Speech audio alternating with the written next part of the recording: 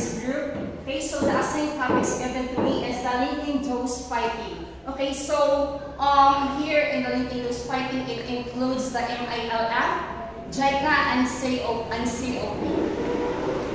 So consolidation for peace in Mindanao is I will be explaining some key points of our report, and which focuses on peace building efforts in Mindanao, specifically through the Consolidation for Peace or COP initiatives. Then this is an important topic because it highlights how diplomacy, governance, and development contribute to lasting peace in conflict-affected areas. Okay, so formal peace negotiations continue in Kuala Lumpur between the Philippine government and MILF and Malaysia serving as mediator. So, Mindanao has long experience in conflict, mainly involving the Moro Islamic Islamic, then for the MILF and the Philippine government. So, to address this is formal peace negotiations were held in Kuala Lumpur, Malaysia, with Malaysia acting as mediator. So since 2006, JICA or JIC has invited influential stakeholders in the peace progress to gather outside of the Philippines for frank and sometimes heated discussions of how to achieve peace in Mindanao. So these COP seminars are co-hosted by the Universal Saints Malaysia are example of track to diplomacy, and also the attendees are the ARRF officials, local government, NGOs, and business leaders. Okay, so they are siya kay beyond the official talks. So another important effort emerged. Then aside from that is the Consolidation for Peace or COP initiative led by the Japan International Cooperations Agency or JICA based on our PPT or based on the articles given to us. And aside from that, the COP played a crucial role in bringing together different stakeholders such as government officials, NGOs, business leaders, and academics to discuss the peace solutions outside of the Philippines. Then COP was also motivated by the desire to create a place for learning where those involved in the conflicts in Mindanao and Southern Thailand could learn from the precedent provided by ASEAN. And also COP was organized so that the MILF and other stakeholders involved in the growing peace process in Mindanao can study the background and background and history of the ASEAN conflict. So, muna to ito na na-include ang mga official talks sa government about peace so that kung nila buhato na wala mga negotiations na mahitabo, do you think our environment or our place or our world are not peace? So, do you think iba wala? So, dapat din mga agreement, negotiations na mahitabo within our society or our places. Then, the structure of Consolidation for Peace in Mindanao. So, there are two tracks. So, the first track is the MILF or GPH.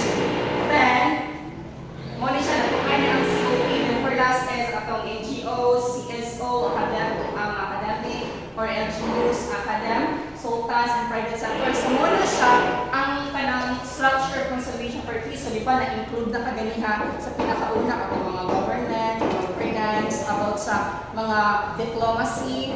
Then, for sa first track, ang first track mo kay mo ni siya ang formal peace negotiation. Then, direct negotiation between the MILF and Philippine government or GPH. So between sa ilang agreement, so ang result niya, it is resulted in agreements that shape in the future of the Bangsamoro region. So mo to na peace nga mahitabo because naa sila agreement.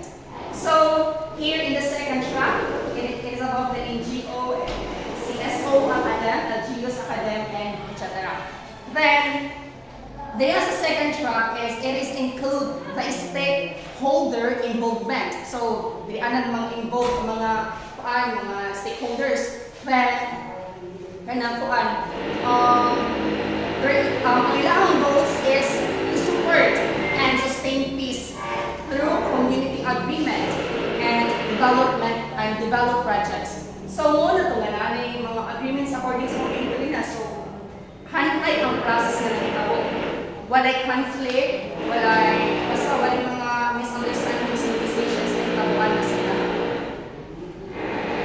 Then, NCOP in Hiroshima serves as symbol of peace and post-war recovery for the Bangsamoro people.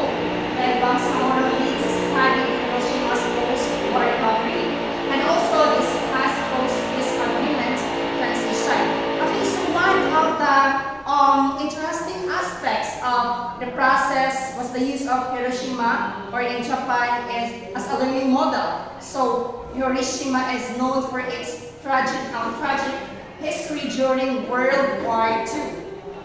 Because it became a symbol of recovery and peace in Bangsamoro. And also, Hiroshima visited the Bangsamoro to study how post-war Japan rebuilt itself and apply lessons to post-conflict Bangsamoro governance and development. So during OP6 discussion, it is centered for the Bangsamoro socio-economic development, building autonomous Bangsamoro, and restoring public safety and security. So doon na ito siya makita sa next slide. Okay, so nag-create sila og seminar para i-discuss kung sa mga others agreement na pwede nila ma-apply within the Bangsamoro for the development of the Bangsamoro. Okay, so many JICA members only devoted themselves to the massive and complicated work of preparing for and hosting the seminar. Okay, so the discussions let's see, OP6 focus on 3 topics. So, bonus niya. Ito kung limited niya. So, i-review na ito balik. So, the first one is the socio-economic development of the Bangsamoro. Second is the creation of the Bangsamoro development. Then the last is the restoration of public safety. So, ganong need man jud nga na mga discussions na mahitabo. So, do you have any idea? In order to resolve conflicts. Yes. Ay base man diri ka sa kanang sa JICA, di ba? Ang sa JICA members are devoted themselves to massive creative work for preparing and hosting the seminar. So since devoted sila, so all of the JICA members is ni-attend goods na ng seminar. So isa man ang reason nga nung ni-attend sila ng seminar to through, do you have any ideas on that? So from the word resolving, yes, na-siya diri socio-economic. So unsa man ang socio-economic development of Bangsamoro? For socio-economic. It deals with the society. It deals with the society. Yes, it deals with the society. From the word socio-economic development, di ba na siya mga improvement na mahitabo? Okay, so sa definition of Bangsamoro development, so kung sa na sa socio-economic development is ma-apply nila dira sa creation of Bangsamoro development. When as restoration of public safety, crucial jud kayo siya sa ato kay kailangan para po nato mga safety food sa bisan asa, especially sa public areas. Then the seminar discuss the topic sa mga siya. Pero, ang sa ikdihan is nag-establish siya for the autonomous government of Bangsamoro. And it is, napot siya ng normalization of internal security. Same lang yapon siya, pero the restoration of this public safety, it is a catalog. Pero, it involves autonomous government here sa ilahan na yung final discussion. And also, the key aspects of Bangsamoro development is the peace process emphasizes that need for inclusive development, and also the meaning that all people in Bangsamoro, regardless of background, should have a voice in government, in governance and economic opportunities. So na ay equalities na nahitabo. Wala siya equal na nahitabo. So the main goals dari sa seminar nila, or within the 3 topics na ilang i-discuss, is we implement, ang Bangsamoro nag-implement sila sa Bangsamoro's development. About sa ilang plano based on the local values and needs. Then, nag-mobilize siya sa ilang domestic and international support for infrastructure, education, and healthcare. So, we humans or people are major kayo na to kung ano ka ng education. Sama pa sila mga, sama pa sa saying is, education is the key to success, and we are need to be educated. O, diba? Important din kayo. And also, healthcare. Kaya wala kung sila ka na pakabala sa atong health. Do you think ang atong mga social workers ay nag-provide sila o ng mga tawagan na ganit sa nilang gina-implement, especially sa mga DSW sana kung health sa ganing health center ninyo, so sila ang nag-facilitate yung mga service na mahitabo, na ito pa na mga files. For example, sa inyong pamilya, naka-coordinate na kayo og tarong din. Then, nag-promote na siya og gender equality. Nag-promote na siya gender equality, ensuring that women play an active role and in governance and economic growth. So, naanay impact ang gender equality. Ito mo, di ba sa unang panahon is ang required lang dyan kamuliho sa kanang mga trabaho na kanang mga bukat isang lalaki. But in our generation is, wala na siya yung gender rules na nakitabo. Ito mo, tanan equal. So, dito na naka-indicate Magna Carta, di ba? Magna Carta and Woman Equality. So, women? Magna Carta Women Act. Then, so Bangsamoro socio-economic development is nasa mga perspectives or mga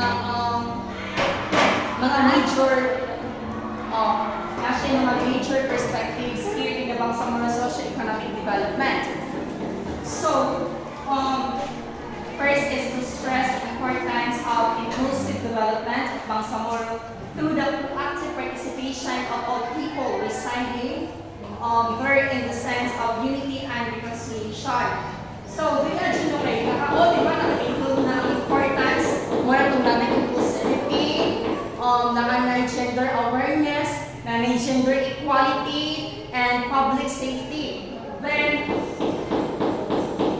support the people of the Bangsamoro to implement the Bangsamoro Development Plan, driven by their own values and needs. And aside from that is to mobilize the domestic and international support and partnership for Bangsamoro in addressing basic social and economic needs, and to mainstream gender-responsive governance, and to incorporate it as an integral part of peace building and socio-economic development in the Bangsamoro, and to provide women with opportunities for their meaningful participation in development. So, naingon na nakagdanan mo ang ilang main goals mo itong na kasi mga gender equality, itong mga importance of the development of the Bangsamoro. So in the institutionalization of the Bangsamoro government is nakapit siya yung mga perspectives iyaka, which is to welcome and support the timely enactment of the Bangsamoro-based law and the establishment of the Bangsamoro Transition Authority until a duly elected government assumes growth, and to uphold the democratic principles, especially fair and equitable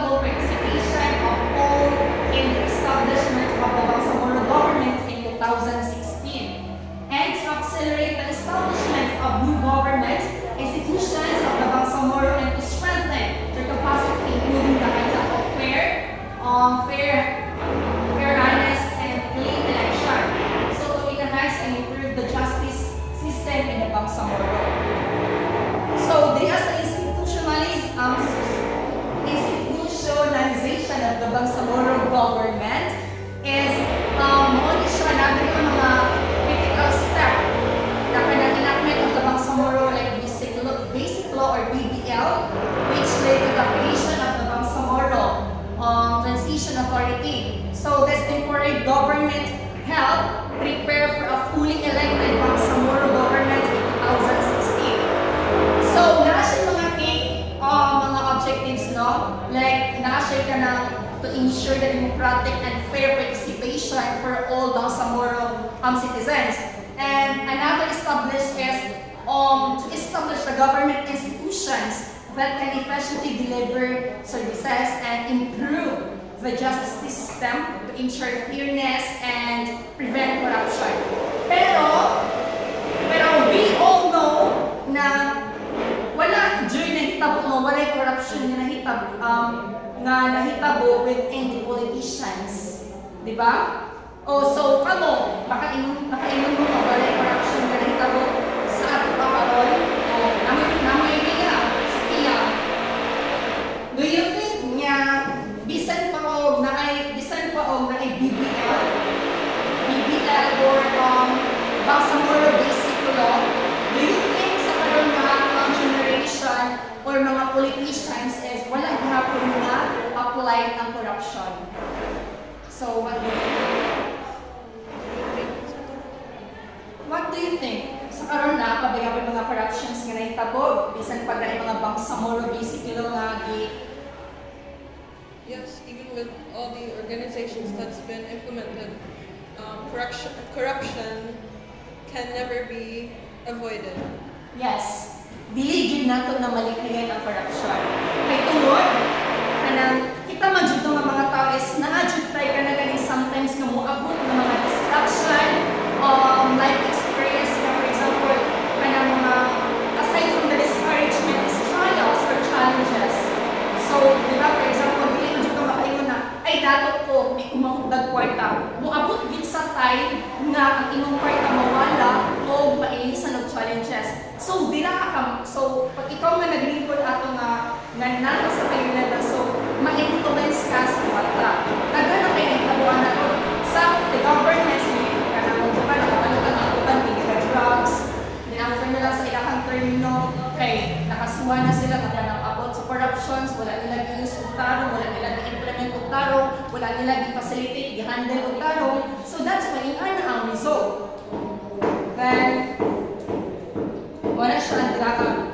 So, mo nang need kaayo na ito mga i-understand tawagan na i-understand ang imanang na nahitabo sa ato dili lang kay sa government but also in our community and environment. Then for the development in normalization is to uphold the basic human rights principles in the Bangsamoro in accordance with international standards and practices. So, and support the work of the Independent Commission on Policy to ensure the introduction of an appropriate policy in the Bangsamoro to strengthen the confidence building measures in support of the normalization process and to encourage the international community to support the normalization process to ensure the end result will benefit of all the people in Bangsamoro.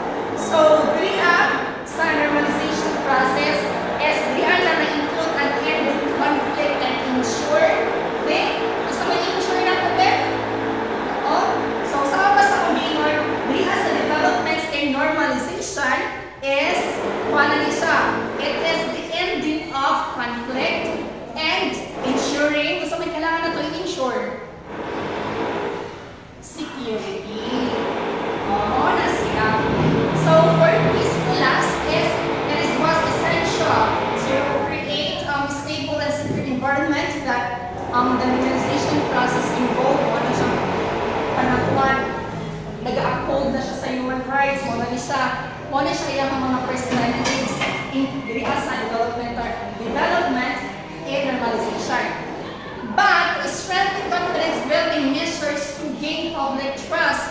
So dapat if ever leader ka, kabalo ka mo handle sa imong mga nasasakupan. Anak kay naman para makabuild ka og communication, trust, and aside from that is interaction. And dira na ma-include ang unity. Kaya kung wala unity sa ato ang society, do you think na-progress na mahitabo? Di ba wala? So, mo na siya. So, diri ako kay, di ba, sa mga pasending mo na to encourage the international community to support the normalization process to ensure the end result will benefit of all people in the Bangsamoro. So, diri sa Bangsamoro is, ang result sa ilang bukuan diri sa development and normalization kay tanan jud naka-benefits. Dili na kay ang katong mga higher governance ang naka-benefits, but all of the people sa Bangsamoro. Kay tungod na kay Bangsamoro development kailangan di masaman.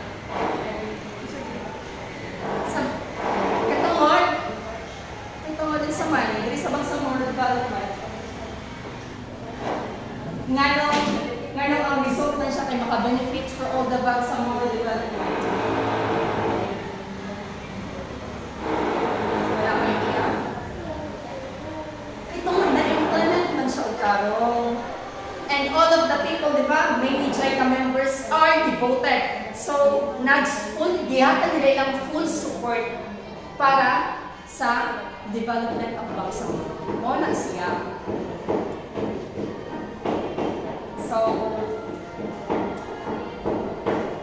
So the first high-level meeting between Philippine President Benigno Aquino III and Chairman Haji Murad Ibrahim. So, ang diri sa ilang nakuan is nag-mark siya for a critical step in peace negotiations and dialogue between the government and the Moro Islamic Liberation Front of MILF and strengthen trust between parties, paved the way for the comprehensive agreement and peace negotiation on Bangsamoro. So, diri kay national mga major turning point was the first katong event, high-level meeting between the Philippine President Benigno Aquino III and Himayang Chairman ay Haji Murad Ibrahim. So this meeting is mo na siya mga involvement nga mahitabo, makakuan siya mga critical step in peace negotiations. Kay magpapagod siya ka ng critical step. Kay dili man good tanang process is easy to overcome. So tanang process ko kay nagit siya it possibly na ma-fail. Then after na dapat you have to be resilient and resilient and adaptation so that kanang mga for example ang i-implement nimo is kanang mahimo siyang successful, dili ka dapat kanang mo give up sama sa ilahang himo, di ba? Although nga na mga war nga nahitabo, but they are not, wala sila direction na give up. Instead of give up kay ilang gibuhat is kanang nangita sila another strategies like for the discussions kaganiha nga nasa rin mga i-include na mga katong mga 3 parts ko na katong socio-economic development to ensure public safety o basta mo ito isa basta kamo nato nakabasa naman guro nato. Then mo na siya. Then for the last is for the conclusion is the importance of the importance of diplomatic interventions and learning from past conflicts, continued collaboration for lasting peace in Mindanao, and the role of development projects in supporting sustainable peace. So, dili yung mawala nung through process ng mga ordinansa sa atong government or sa president is dapat with diplomatic jud na siya ng process. Kaya if dili mo siya iaging diplomatic process, if mabuna-muna lang ka para sa inyong kagalingon, so dili mo ma-ensure ang peace, kay mahumpan siya into conflict, di ba? Dili pa yata same o mga understanding, dili ta naiuban na, for example, minut ka sa iya o ka nang communicate, pero ang paradise kanang daway ka nga makipag-interact ay para siya is kanang parang gising ka nga naikasuko So, mo na ginagawa nila diplomatic interventions and learning from the past conflicts. So, nana sila mga na-learning. So, that's yung nga na ilang proseso. And also, need you na i-continue ang collaboration for lasting peace in Mindanao. Like, kay kung wala na ito, wala na ito di-continue ang collaboration for lasting peace in Mindanao, do you think peaceful na itong community karon in the Philippines? Diba sama sa gibuhat ni Rodrigo at ang former president na si Roa Rodrigo Duterte, katong nahitabo sa mag-iinog nila ng Philippine Sea ba to? Tama ba ko? The Philippine Sea, West? O West Philippine Sea. Diba wala siya nakipag-inog, kundi giagi niya into peace negotiation ngayong ato. So, mo nang namuntay ng ato ang lasting peace here in the Mindanao. Pero kung makasubakot kong taong president nga dili ka malumo, mo sa man, makihalubilo, do you think na ay peace mahitabo? No. Di ba wala? So magdepende na dyan na sa ato ang president. And the role of development of projects supporting stable peace. So, mo na siya. As a role niya is masustain ang peace here in our community and in the Philippines. So, mo na siya, dili ang naka-include ang mga lessons and future prospects. Kaya na siya mga sama sa include ganihan naman. Ang peace process in Mindanao kaya nag-serve siya important model of our conflict, like affected areas worldwide with continued effort and cooperation, and a stable, prosperous Bangsamoro region is possible. So, for the final thoughts of this report before na kami end is, this report is more than just about war and peace. It's about hope, collaboration, and development. So the lessons from the Mindanao show that achieving peace is not just about stopping violence. It's also about building a future where all communities can strive together. So thank you. And do you have any questions regarding to my report? None. So that's all.